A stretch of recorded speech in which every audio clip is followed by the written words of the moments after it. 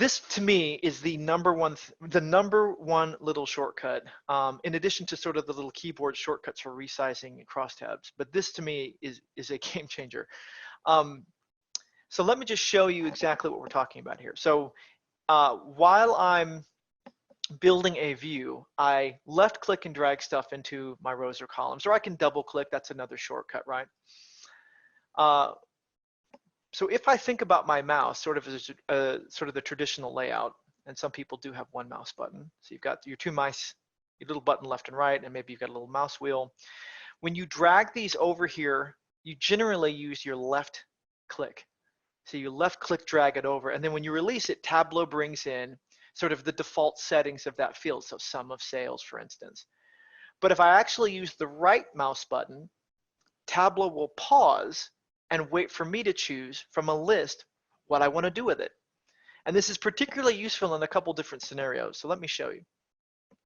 Let's say instead of looking at my sum of sales, I want a count of my orders.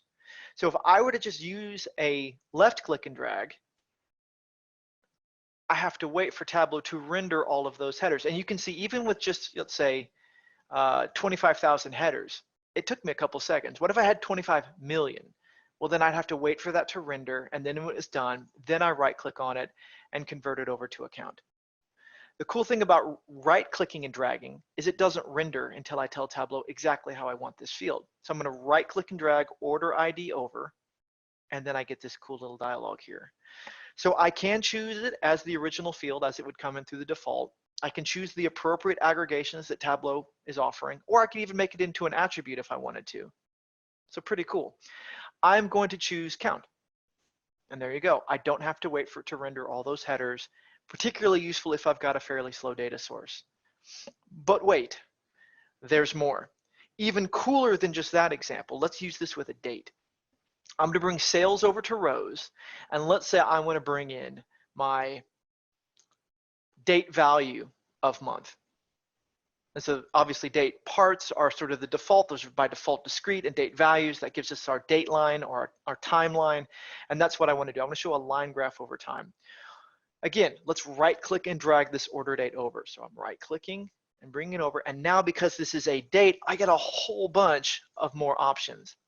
These are all of my date parts, or kind of an imperfect parlance. You can call those your discrete dates. And then these are my date values, or again, sort of imperfectly, imprecisely, you could call those your continuous dates. And then you get all the other options that you had before, whether locking it in discrete or continuous separately, picking an aggregation, or changing it to an attribute. And again, Tableau doesn't do anything until I choose.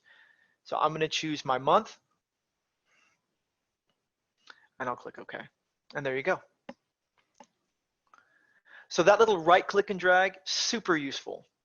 And it obviously gives you a lot different options or different features to choose from depending on the type of field that you bring over. And I find it particularly useful with dates.